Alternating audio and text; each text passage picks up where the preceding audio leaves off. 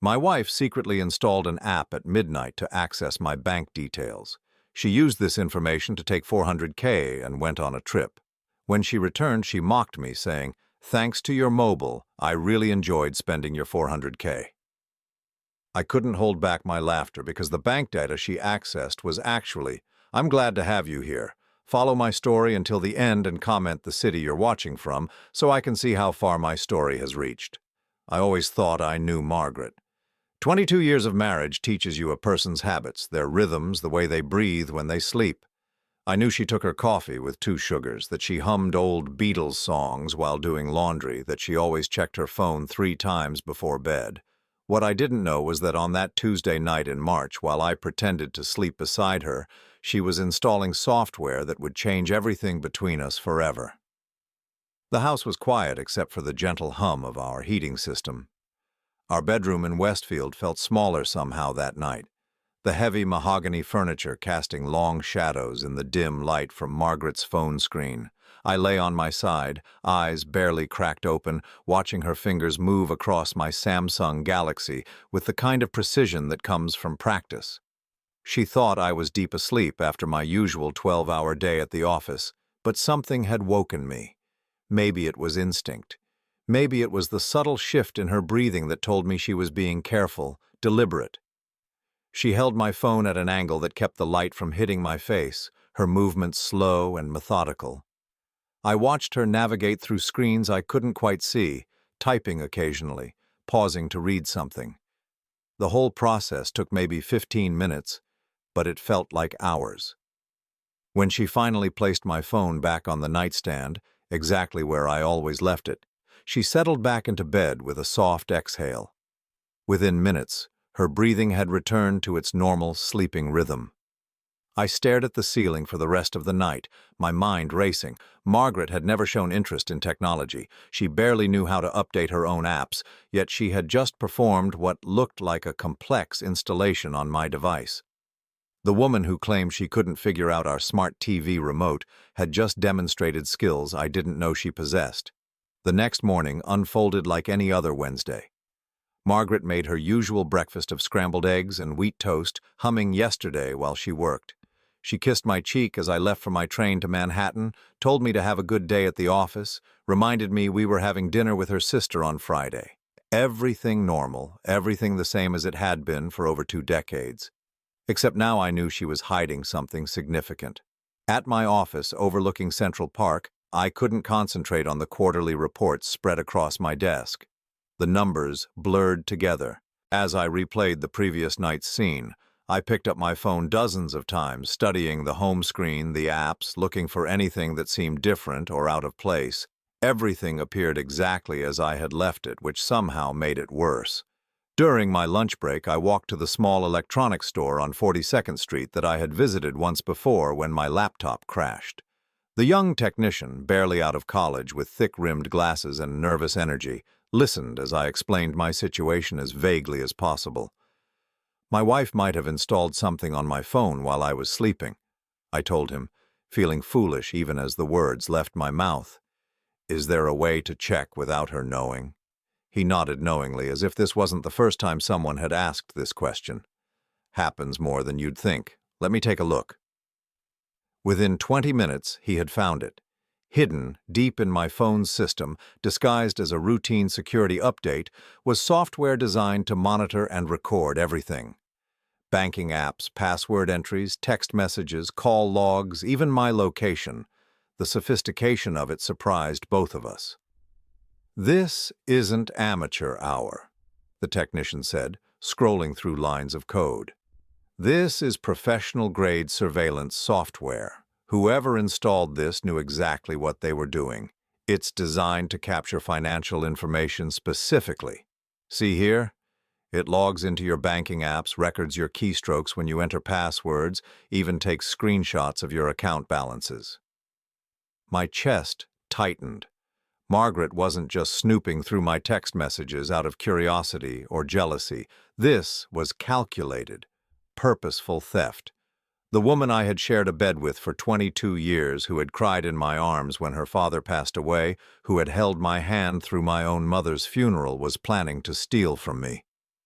Can you remove it without leaving any trace that it was discovered? I asked. The technician shook his head. If I remove it, the software sends an alert to whoever's monitoring. They'll know it was discovered. But I can install something that feeds it false information while keeping the real data protected.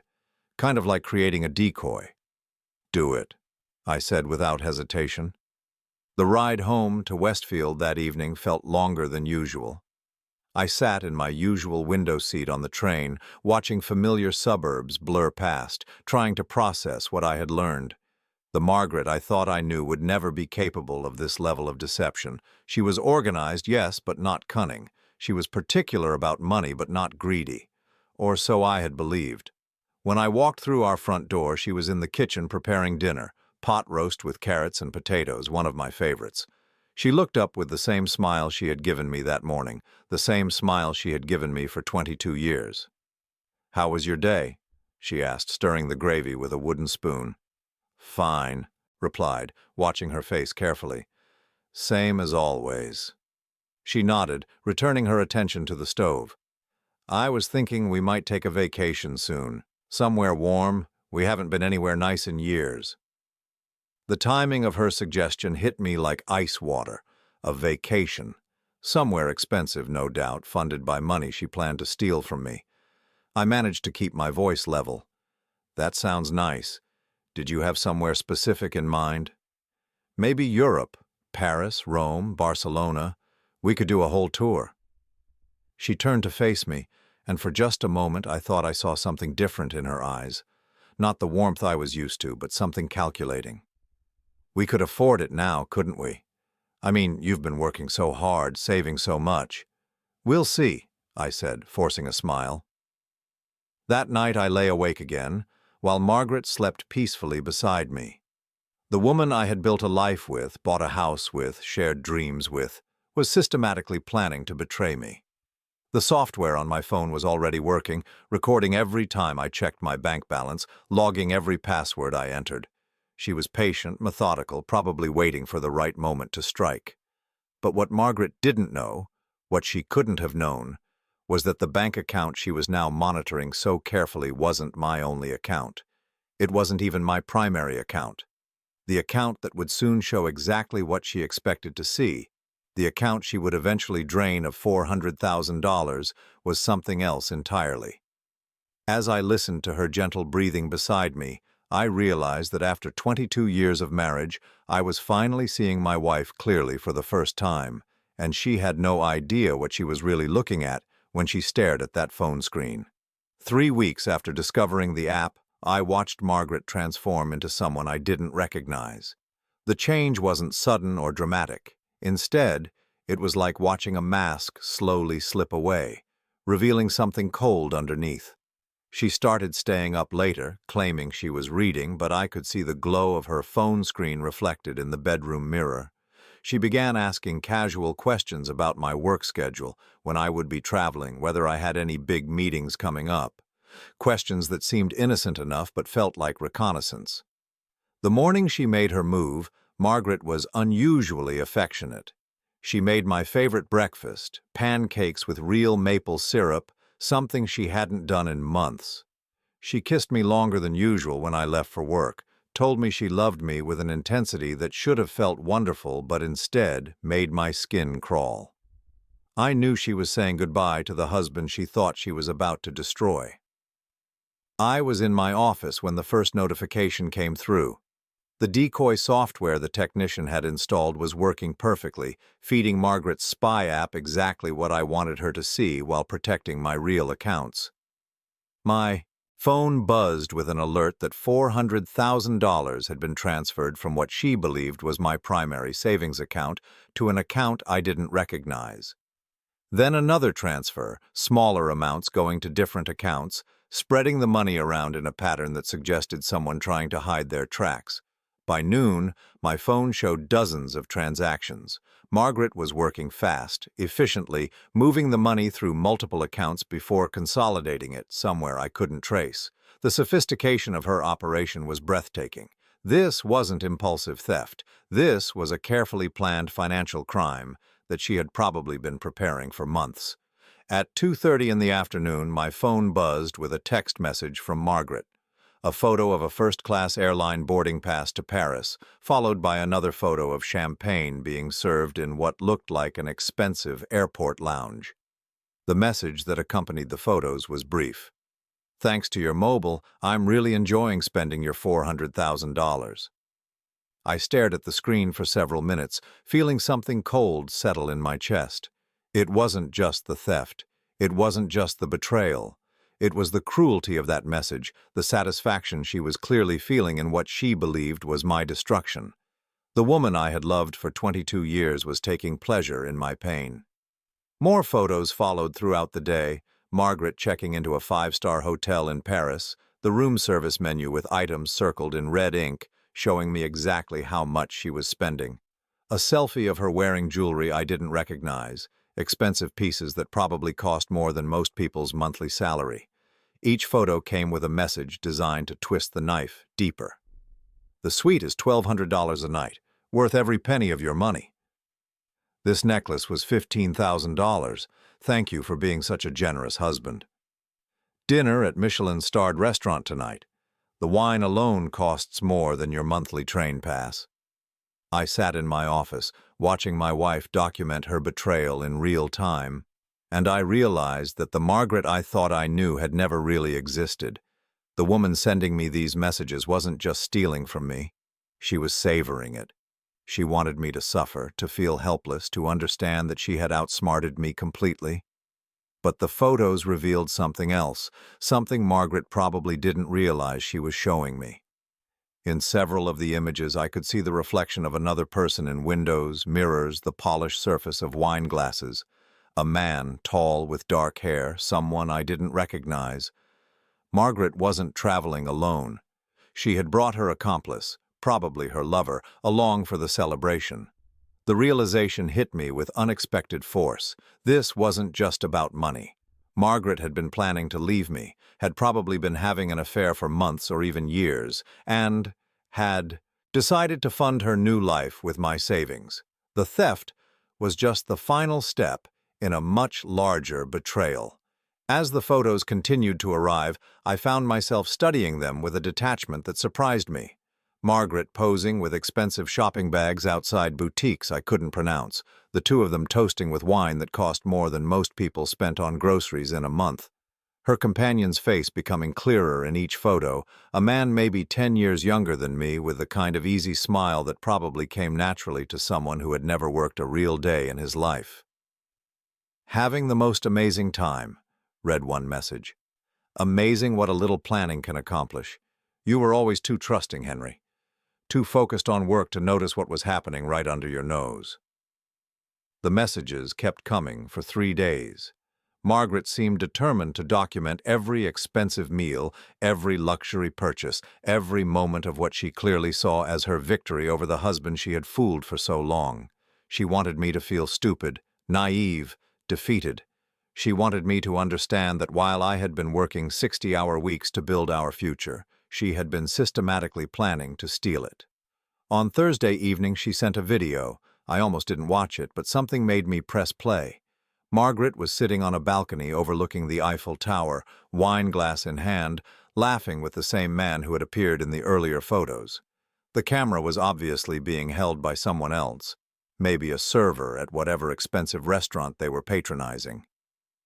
"This is for my husband, Henry," Margaret said to the camera, her voice carrying a mocking tone I had never heard before. "The man who worked so hard to make all this possible. Henry, darling, if you're watching this, I want you to know that every penny of your $400,000 has been absolutely worth it. You always said I should travel more, see the world. Well, thanks to your generosity, I finally can." She raised her wine glass in a toast. "To Henry, the most generous ex-husband a girl could ask for." Ex-husband. She had already decided we were finished, had probably filed divorce papers before she even left the country. I sat in my empty house in Westfield, surrounded by 22 years of shared memories, and realized that my marriage had been over long before I discovered the app on my phone. But as I watched Margaret celebrate what she thought was my destruction, I found myself smiling for the first time in days. She had played her hand perfectly, executed her plan flawlessly, and documented every step of her crime with photographic evidence. She had just given me everything I would need for what came next. The only thing Margaret didn't know, the one detail that would have stopped her from sending even a single photo, was that the $400,000 she had stolen so efficiently wasn't really mine at all. Margaret returned from Paris on a Wednesday afternoon, exactly 1 week after she had drained what she thought was my life savings. I knew her flight details because she had sent me her itinerary along with a final mocking message. Time to come home and deal with the mess I left behind. Hope you've had time to think about what you've lost. I picked her up at Newark Airport, not out of kindness, but because I wanted to see her face when she realized the game wasn't over. She emerged from customs, looking radiant, tanned, wearing clothes I didn't recognize. Expensive clothes, $400,000 clothes. Her companion wasn't with her, which told me he had probably been smart enough to take a different flight, maybe even return to whatever rock he had crawled out from under. "Hello, Henry," she said as she slid into the passenger seat of my car. Her voice carried a satisfaction that made my stomach turn. "Miss me?" "Every day," I replied, pulling away from the curb. During the 40-minute drive back to Westfield, Margaret talked about her trip with the casual enthusiasm of someone describing a weekend getaway, rather than the funded-by-theft vacation it had actually been. She mentioned restaurants I couldn't afford, hotels that cost more per night than most people's monthly rent, shopping experiences that had probably single-handedly supported several European boutiques. "I feel like a new person," she said, watching the familiar suburbs pass by her window. "Sometimes you need to step away from your old life to realize what you really want." "And what do you want?" I asked, genuinely curious about her answer. She turned to look at me with eyes that held no warmth, no trace of the woman I had married 22 years ago. "I want my freedom, Henry. I want to stop pretending that this marriage has been anything more than a financial arrangement for the past 5 years." The honesty was refreshing, in a twisted way. After months of surveillance software and secret planning, she was finally being direct about her intentions. "When did you decide this?" "Probably around the time you started working 70-hour weeks and stopped noticing that I existed except as someone to make your dinner and wash your clothes." Her voice carried a bitterness that suggested this conversation had been rehearsed, probably practiced with her traveling companion during their European celebration. We pulled into our driveway, past the perfectly manicured lawn that I had spent countless weekends maintaining, up to the house that represented 22 years of shared mortgage payments and mutual investment. Margaret gathered her designer luggage from the trunk without waiting for my help, a woman who no longer needed assistance from the husband she had financially destroyed. Inside, she moved through our home with a different energy, like someone surveying property she no longer intended to share. She went straight to the kitchen and poured herself a glass of wine, the same expensive bottle she had been photographing in her Paris hotel room.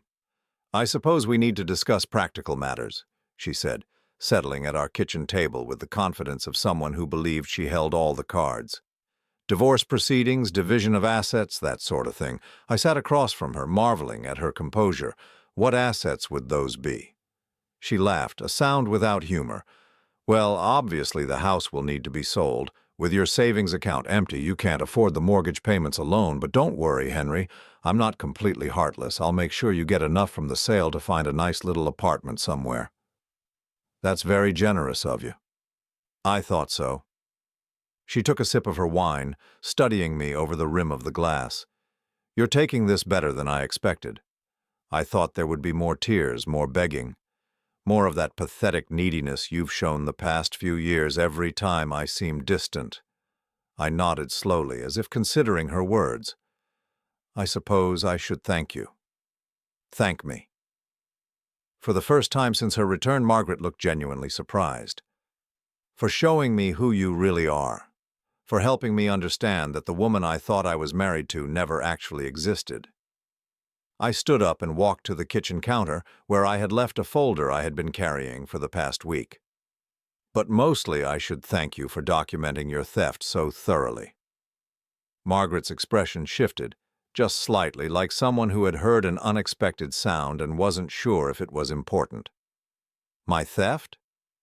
$400,000, Margaret, transferred from my account while I was at work last Wednesday, followed by 7 days of photographs showing exactly how you spent it. I opened the folder and spread the printed copies of her photos across the kitchen table. These will make excellent evidence in court.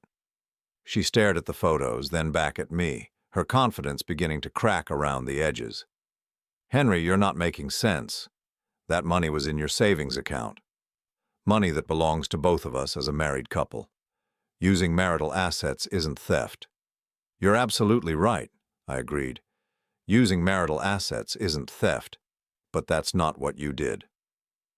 I pulled out another document from the folder, a bank statement that Margaret had never seen before. The account you accessed, the one you thought was my primary savings, was actually a business account. Specifically, it was an account I opened 6 months ago when I suspected you might be planning something like this. Margaret's wine glass stopped halfway to her lips. What are you talking about?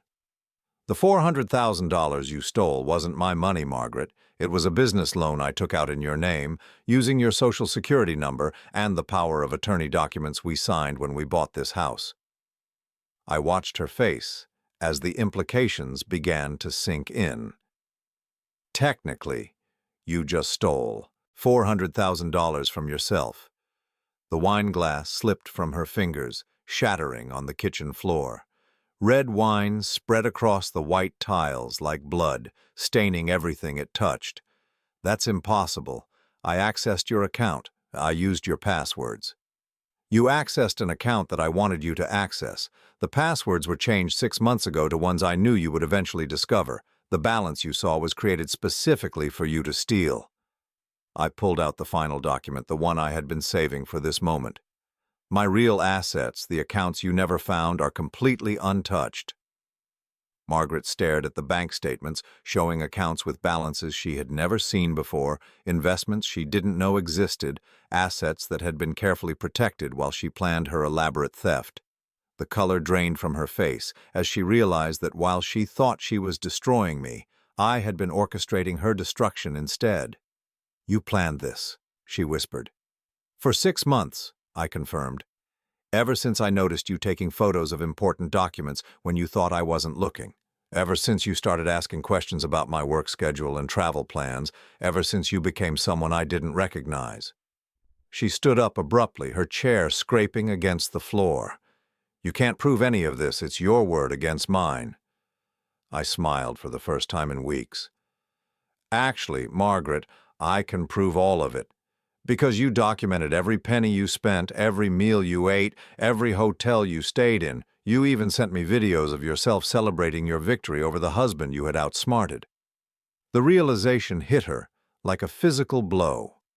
All those photos, all those mocking messages, all those videos she had sent to humiliate me were now evidence of a crime she had committed against herself. She had created a perfect paper trail of her own theft. The business loan you took out, I continued, came with personal liability clauses. That means you're legally responsible for every penny, plus interest, plus penalties for early withdrawal and misuse of funds. The $400,000 you spent in Europe is now a debt you owe to the bank, along with about $50,000 in additional fees and interest. Margaret slumped back into her chair, her designer clothes suddenly looking like a costume she could no longer afford to wear. Henry, please, we can work this out. I made a mistake, but we can fix this together. No, Margaret, we can't. I gathered the documents back into the folder, feeling lighter than I had in months. You see, there's one more thing you don't know about that business loan. She looked up at me with eyes that had lost all their earlier confidence. I never signed the final paperwork. Technically, the loan was never approved, which means the $400,000 you stole wasn't just borrowed money. It was money that was never legally disbursed in the first place. Margaret's face went completely white as she understood what that meant. She hadn't just stolen borrowed money. She had somehow managed to steal money that didn't exist, creating a financial and legal nightmare that would follow her for years to come. "Welcome home," I said quietly, and walked out of the kitchen, leaving her alone with the wine stain and the wreckage of the plan that was supposed to destroy me. The first call came at 6:15 the next morning, while Margaret was still sleeping off what I assumed was a sleepless night of contemplating her situation. I heard her phone ring from the guest bedroom where she had relocated after our kitchen conversation, followed by her voice, initially groggy but quickly becoming sharp with panic. "What do you mean frozen, all of them?" I was making coffee in the kitchen, the same kitchen where wine stains still marked the white tiles despite her late-night cleaning attempts. Through the thin walls of our Westfield home, I could hear fragments of her conversation with what sounded like her bank. "But I have automatic payments scheduled. The credit cards, the car loan, the—" Her voice trailed off, and I knew she was beginning to understand the scope of her problem. By 7:30, she emerged from the guest room looking like someone who had aged 5 years overnight. Her expensive European tan seemed to have faded, replaced by a grayish pallor that no amount of designer cosmetics could hide. She found me reading the newspaper at the kitchen table, drinking my coffee from the same mug I had used every morning for the past decade. "They froze my accounts," she said without preamble. I looked up from the business section where an article about corporate fraud had caught my attention. "All of them. Every single one. Checking, savings, credit cards, even the joint account." She sat down across from me, her hands shaking slightly as she poured coffee from the pot I had left on the counter. "The bank representative said there's an investigation into suspicious financial activity." "That was fast," I observed. Margaret's eyes narrowed. "You reported it, didn't you?" "I didn't have to. Banks have automated systems that flag unusual transaction patterns. When someone suddenly moves $400,000 through multiple accounts in a single day, especially when those transactions originate from a loan account with irregularities, the system notices."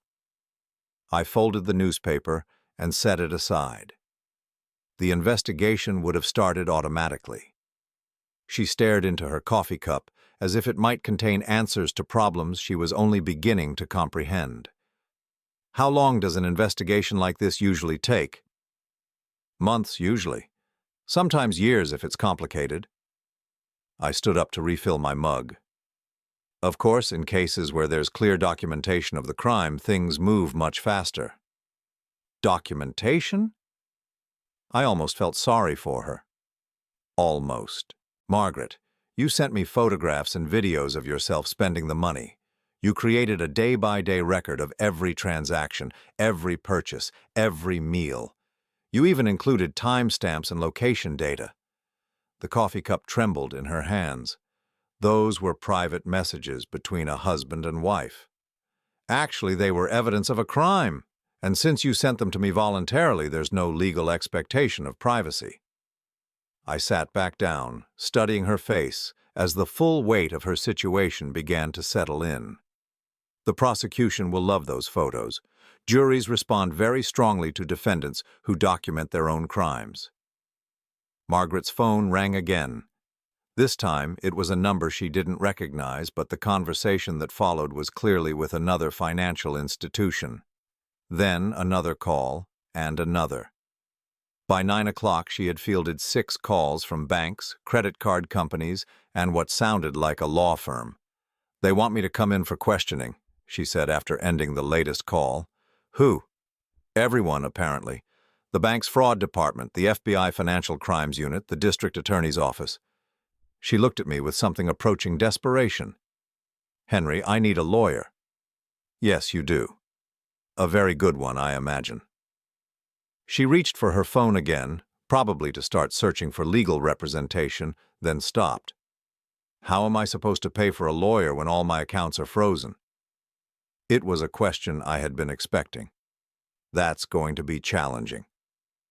Over the next 3 hours, I watched Margaret's world systematically collapse.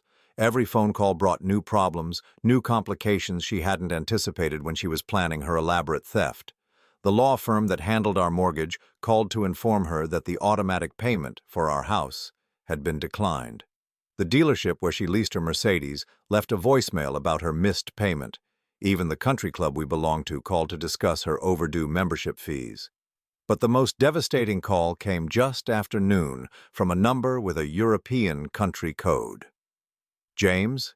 Margaret answered, and I knew immediately she was talking to her traveling companion. I couldn't hear his side of the conversation, but from Margaret's responses it was clear that her partner in crime was distancing himself from the situation as quickly as possible. "But you said you loved me," she said, her voice cracking for the first time since her return. A long pause. "What do you mean you never promised anything?" Another pause, longer this time. "James, please, don't hang up. James!" She stared at her phone for several minutes after the call ended, as if willing it to ring again. When it became clear that James had no intention of calling back, she set the phone down and looked at me with eyes that had lost all their earlier defiance. "He's gone," she said simply. "I assume James was the man in the photographs?"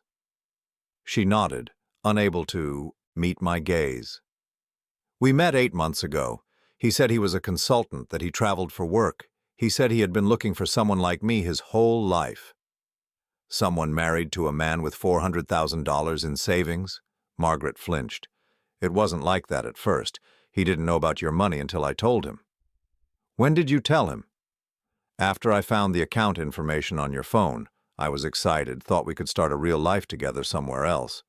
He suggested we take some of the money for a test run to see how it felt to be free." I leaned back in my chair, marveling at how completely she had been manipulated. "Margaret, a man you met 8 months ago convinced you to steal $400,000 from your husband of 22 years, and now you're surprised that he's disappeared the moment there are legal consequences." She started crying then, not the dramatic tears she had probably practiced for effect, but the ugly, desperate sobs of someone who had finally realized the magnitude of her mistakes. "What am I going to do?" Before I could answer, there was a knock at our front door. Through the living room window, I could see 2 people in dark suits standing on our porch. They had the unmistakable bearing of law enforcement officers. "I think that question is about to be answered for you," I said, standing up to get the door. The FBI agents were polite but direct. They had a warrant for Margaret's arrest on charges of wire fraud, money laundering, and theft of funds exceeding $100,000. They also had a search warrant for our home, specifically looking for computers, phones, and financial documents related to the case. As they read Margaret her rights, she looked at me with a mixture of panic and something that might have been regret. "Henry, please don't let them do this."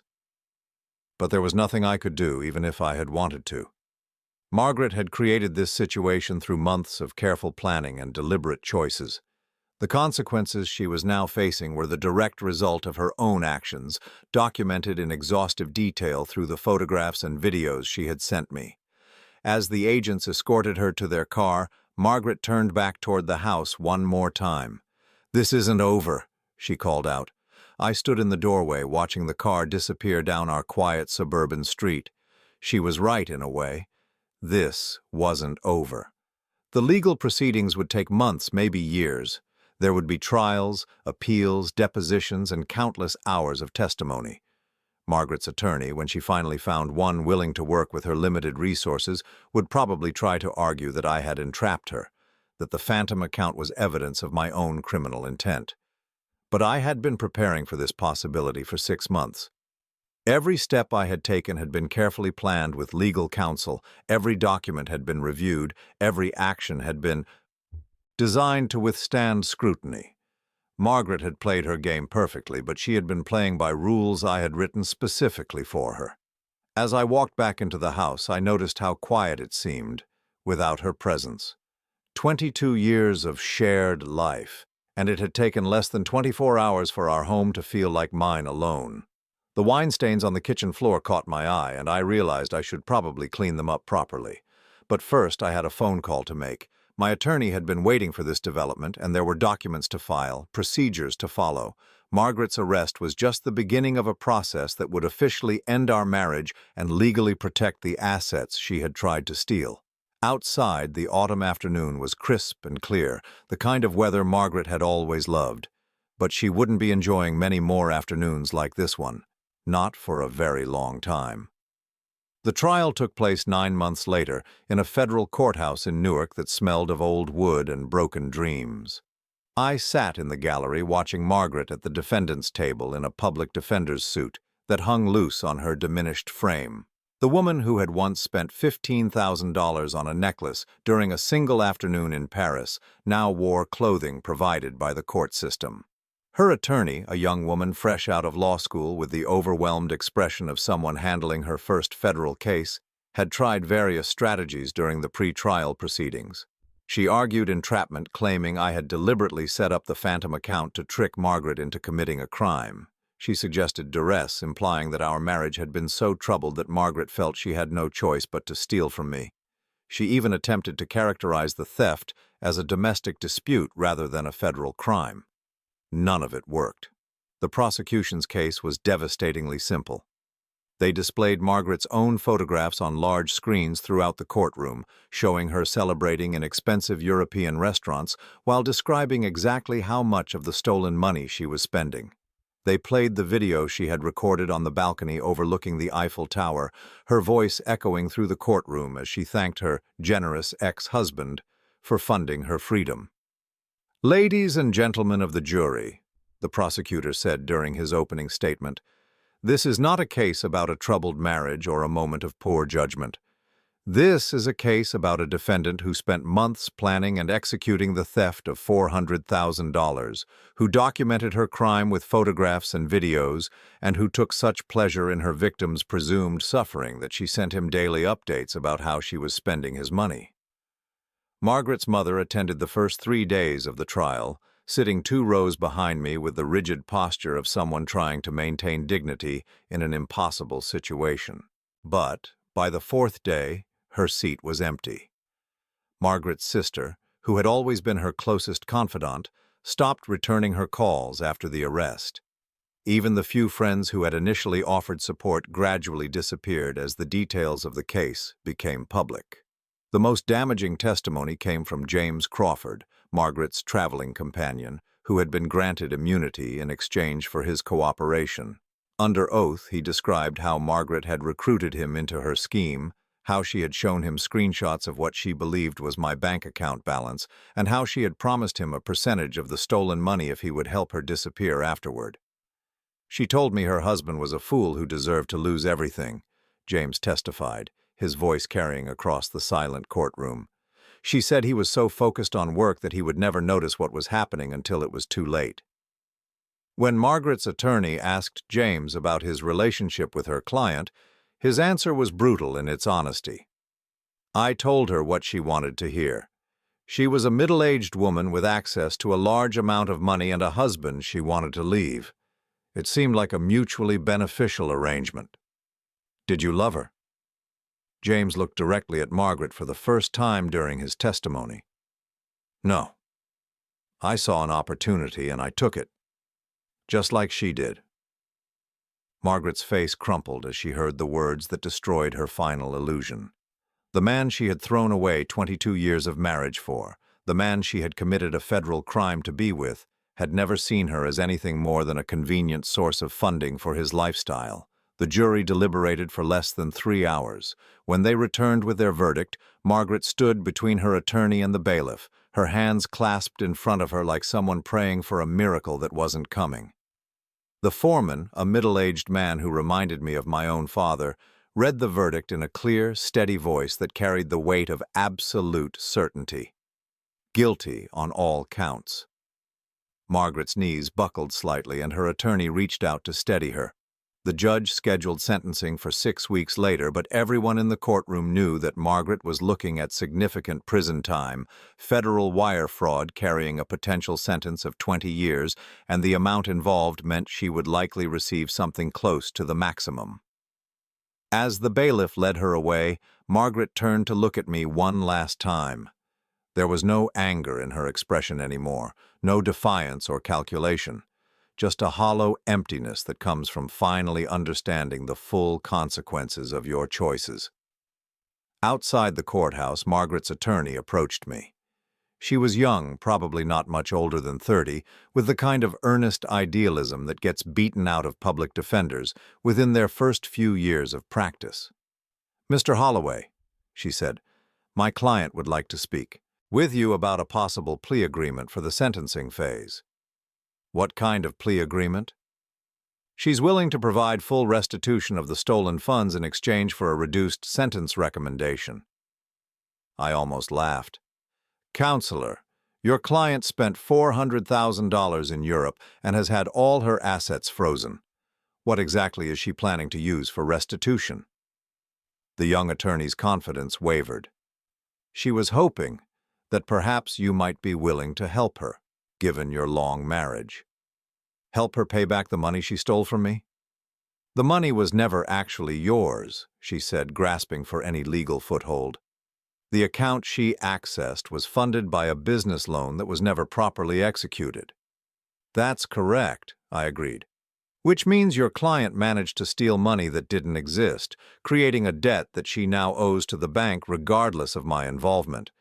Even if I wanted to help her, which I don't, paying her restitution wouldn't reduce her legal obligations." The attorney's shoulders sagged as she realized that Margaret's situation was even worse than she had initially understood. Not only was Margaret facing federal prison time, but she would emerge from that prison carrying a debt that would follow her for the rest of her life. 6 weeks later, I returned to the same courthouse for Margaret's sentencing. This time, I was the only familiar face in the gallery.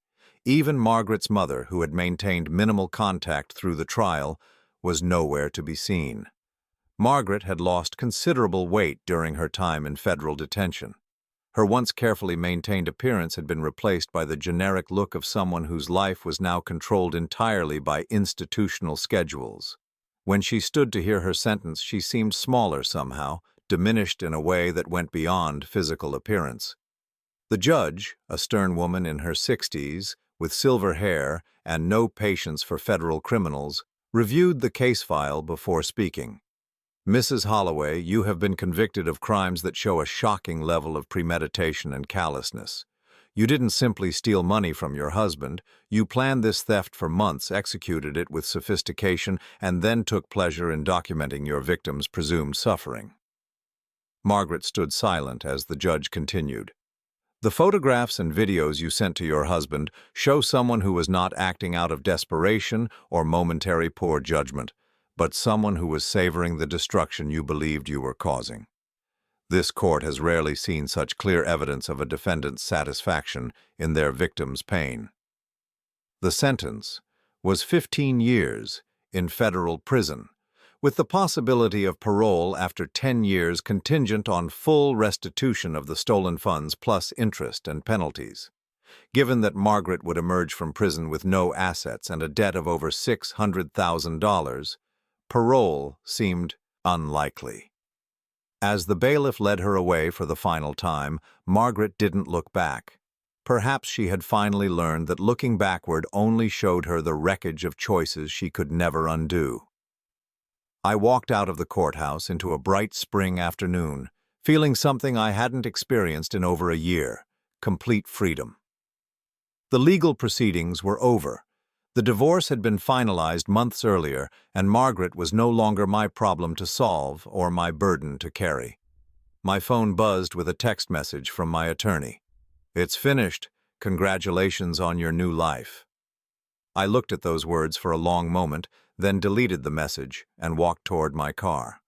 Margaret had spent months planning what she thought would be my destruction, but in the end she had simply cleared the path for me to discover who I really was when I wasn't trying to save someone who didn't want to be saved. The drive back to Westfield would take about an hour, through suburbs that looked different now that I saw them as a single man rather than as half of a failed marriage. I had decisions to make about the house, about my work, about the kind of future I wanted to build with the assets Margaret had failed to steal. But those decisions could wait.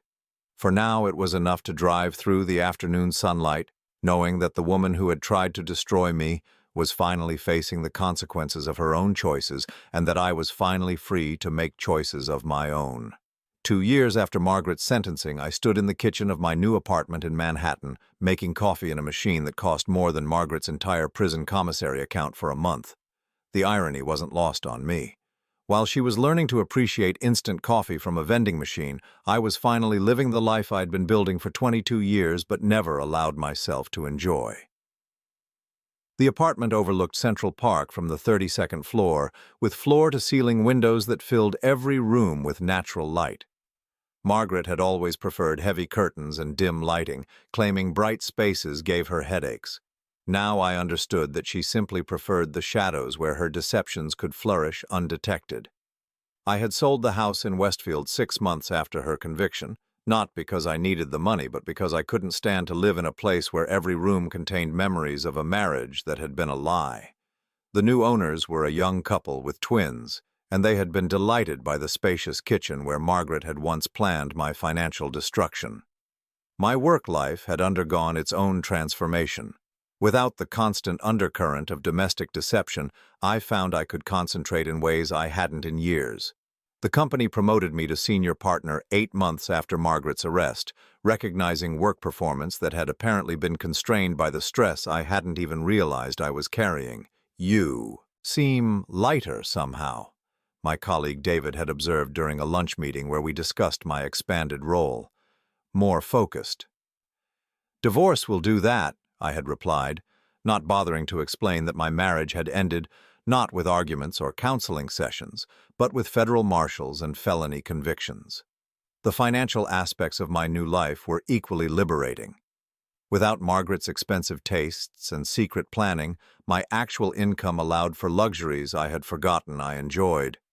I bought season tickets to the Metropolitan Opera, something Margaret had always dismissed as pretentious.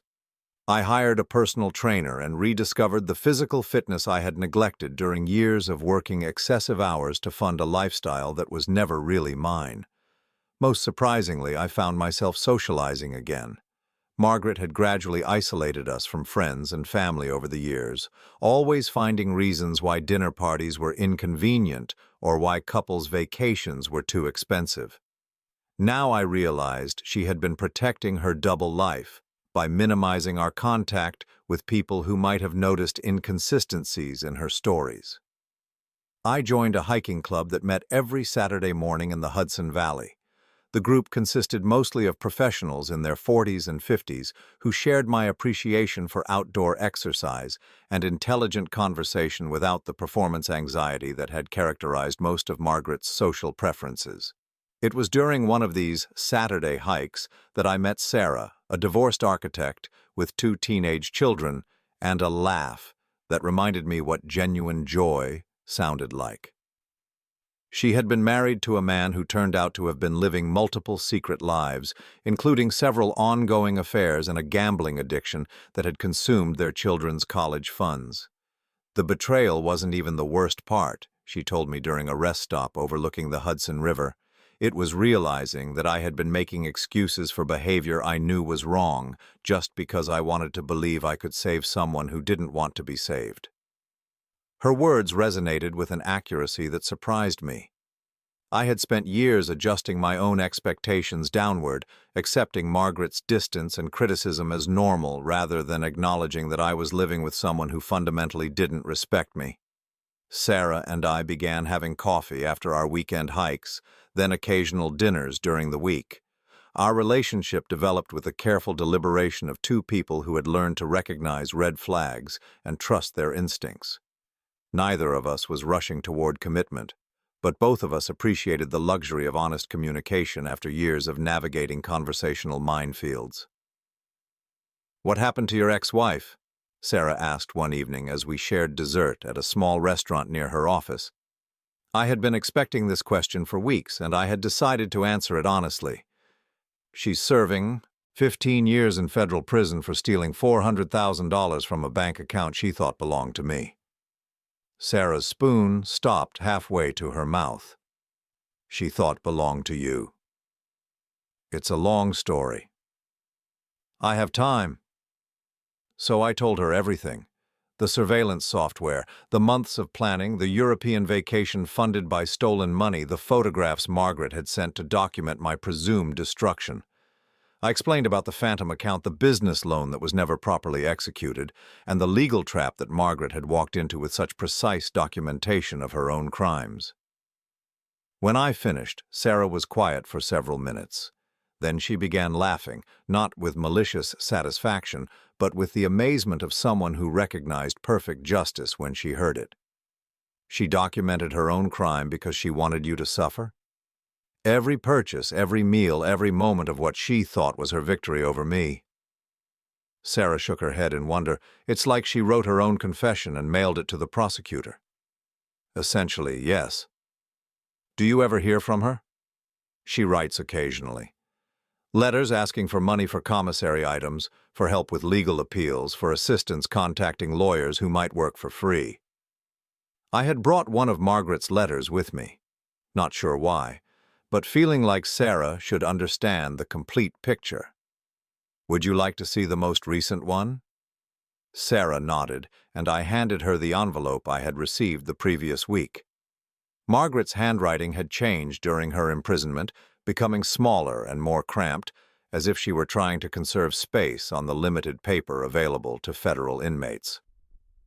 Dear Henry, Sarah read aloud, I know you probably don't want to hear from me, but I need you to understand that I never meant for things to go this far.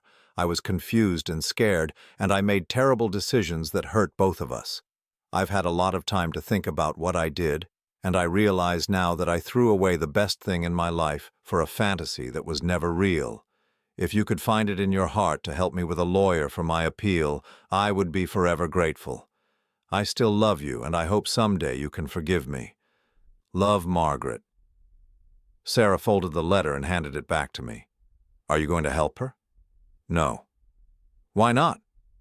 I considered the question carefully because it was one I had asked myself repeatedly over the past 2 years. Because helping her would require me to pretend that what she did was impulsive rather than calculated, desperate rather than greedy. Margaret didn't make a mistake, Sarah. She made hundreds of deliberate choices over many months, and she enjoyed every moment of what she thought was my destruction. Sarah nodded slowly. And because helping her would mean going back to being the person who enables someone else's bad decisions, instead of protecting yourself. Exactly. We finished dinner and walked through the city streets as autumn settled over Manhattan with the kind of crisp clarity that makes everything seem possible. Sarah linked her arm through mine, a gesture of companionship rather than possession, and I realized how different it felt to be with someone who wanted my company, rather than my resources. Do you think she'll ever understand what she really lost? Sarah asked as we reached the corner where we would part ways to our respective apartments.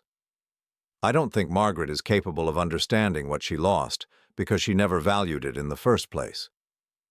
I paused, considering my own words. But I understand what I gained when she tried to destroy me. What's that? The knowledge that I'm strong enough to protect myself from people who don't have my best interests at heart, even when those people have shared my bed for 22 years. Sarah kissed me goodnight, a gentle kiss that carried affection but no manipulation, no calculation about what it might lead to or what it might cost me. As I walked the remaining blocks to my apartment, I thought about Margaret sitting in her federal prison cell, probably writing another letter asking for help from the husband she had tried to financially destroy. She would be eligible for parole in 8 more years, but only if she could provide full restitution of the money she had stolen. Given that she would emerge from prison with no assets, no marketable skills, and a federal felony record, the likelihood of her raising $600,000 seemed remote. I reached my building and took the elevator to the 32nd floor, where my apartment waited with its wall of windows overlooking the city that had become my new home. Tomorrow was Saturday, which meant another hike with the group, another opportunity to spend time with people who chose to be in my life rather than people who were trapped there by circumstance or obligation. Margaret had spent months planning what she thought would be my destruction, but in the end she had simply freed me from a life that was slowly suffocating me. Her betrayal had been the catalyst that forced me to examine what I really wanted from my remaining years, and what I discovered was that I wanted honesty, authenticity, and the company of people who valued me for who I was, rather than what I could provide. As I made my evening coffee and settled into the reading chair by the window, I reflected on the strange justice of my situation. Margaret was serving 15 years for stealing money that had never belonged to me, while I was finally living a life that was entirely my own. She had gambled everything on a scheme to take what she thought was mine, and in losing that gamble she had given me the greatest gift imaginable, complete freedom from her presence in my life. The city sparkled below my windows, full of possibilities I was finally free to explore, and somewhere in a federal prison, Margaret was probably still trying to figure out how her perfect plan had gone so wrong. Some lessons, I realized, can only be learned the hard way, and some people never learn them at all.